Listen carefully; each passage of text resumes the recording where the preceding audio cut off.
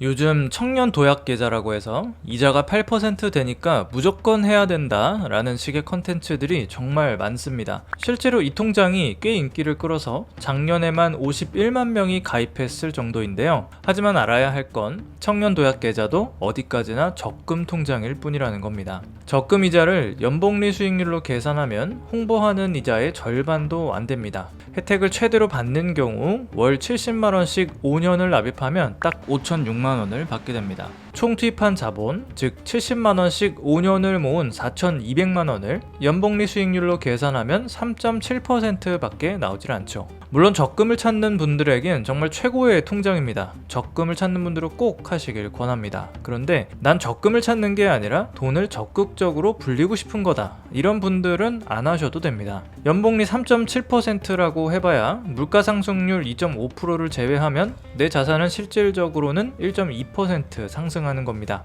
자산을 적극적으로 늘리기에는 부족하죠? 더 나은 방법을 제가 알려드리겠습니다. 바로 주식과 채권에 6대4로 투자하는 방법인데요. 자산 배분의 아버지격인 존 보글도 추천한 아주 기본적인 전략입니다. 그런데 주식이면 주식이지 왜 채권과 주식을 섞어야 하냐 의문이 드실 수도 있죠. 주식만 보유하게 되면 변동성이 너무 크기 때문에 그렇습니다. 청년도약 계좌에 관심이 있어서 이 영상을 보고 계시다면 안정적으로 돈을 모으고 싶은 분들일 거잖아요. 그런 분들에게 주식 100% 포트폴리오는 너무 위험할 수 있습니다. 주식을 안 팔고 5년 동안 보유만 한다면 웬만한 경우에는 수익이 날 겁니다. 근데 그 기간을 유지 못할 가능성이 크거든요. 고수와 초보의 차이는 과정을 자세하게 상상할 수 있는지에 달려 있습니다. 초보는 결과만 봅니다. 백테스트 해보니까 5년만 보유하면 무조건 수익 나던데? 몇 프로 수익 나던데? 이건 초보입니다. 5년이란 시간은 결코 짧지 않습니다.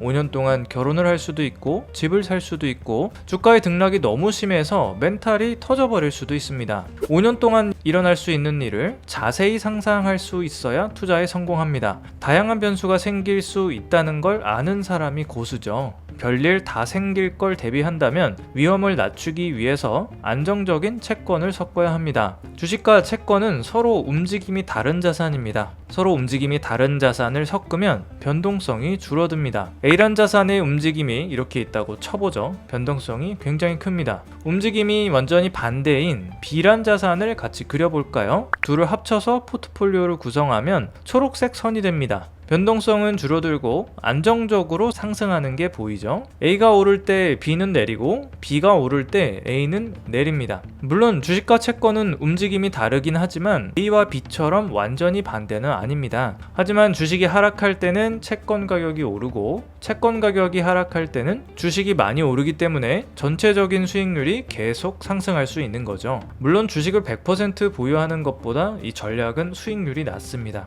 하지만 수익률이 낮아지는 것보다 훨씬 많은 위험이 줄어들게 되죠. 내가 감수하는 위험에 비해서 가성비 좋게 수익률을 올릴 수 있다는 말입니다. 그럼 이 전략의 수익률은 몇 %라고 기대하면 될까요? 기대 수익률을 가늠해보기 위해서 몬테카를로 시뮬레이션을 돌렸습니다. 백테스트를 하지 않고 몬테카를로 시뮬레이션을 돌리는 이유는 경로의 다양성 때문입니다. 백테스트는 과거의 경로 단 하나만 거치죠. 몬테카를로 시뮬레이션은 수천 번의 시뮬레이션을 통해서 수천 개의 경로를 계산합니다.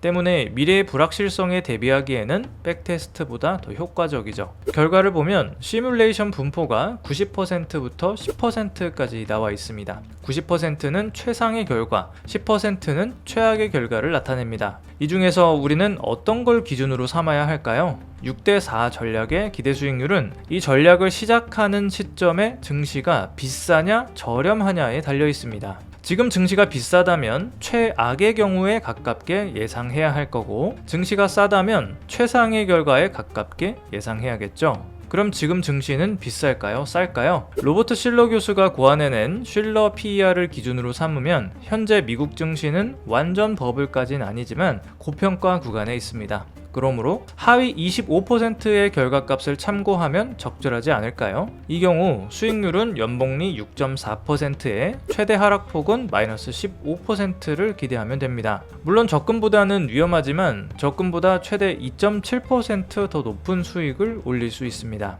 2.7%가 별거 아닌 것 같지만 이 수익률이 연복리 수익률이라는 걸 명심해야 합니다. 4,200만원을 청년도액 계좌에 넣으면 5천만원이 되지만 6대4 전략에 넣으면 5,700만원이 됩니다. 700만원? 얼마 차이 안 난다고 생각하실 수도 있지만 투자 기간이 5년이 아니라 20년으로 늘어나면 결과는 2배 가까이 차이 나게 됩니다. 청년도학 계좌의 경우 8,600만원, 6대4 전략의 경우에 1억 4,500만원이 됩니다. 또 5년 뒤쯤이면 나이 제한이나 소득 제한 때문에 청년도약 계좌에 더 이상 가입하지 못하는 경우도 분명히 생깁니다. 그때를 대비해서 스스로 안전하게 투자할 수 있는 방법을 반드시 알고 있어야 하는 거죠. 물론 이 전략이 장점만 있는 건 아닙니다.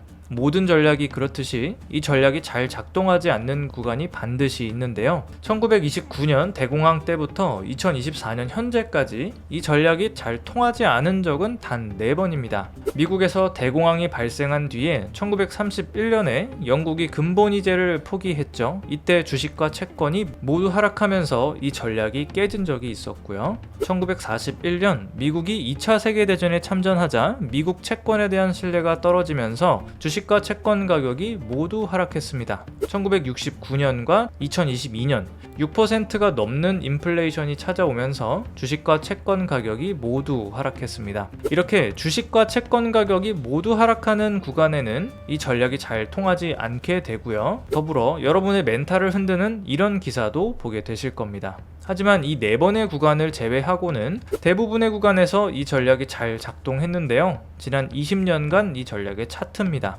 2008년 금융위기와 같이 주식이 폭락하는 시기에 이 포트폴리오는 하락폭이 훨씬 작은 걸 볼 수 있죠. 이후 시작되는 상승장에서도 꾸준히 우상향하는 모습을 볼 수 있습니다. 멘탈 관리에도 좋고 적금 넣듯이 안정적으로 넣을 수 있다는 장점도 있죠. 어떠셨나요? 오늘은 안정적이면서 고수익을 내는 6대4 전략에 대해 알아봤습니다. 6대4 전략을 수행하는 구체적인 방법이 궁금하시다면 댓글 남겨주시고요. 영상이 유익하다면 구독, 좋아요 잊지 말아주세요. 이태비였습니다.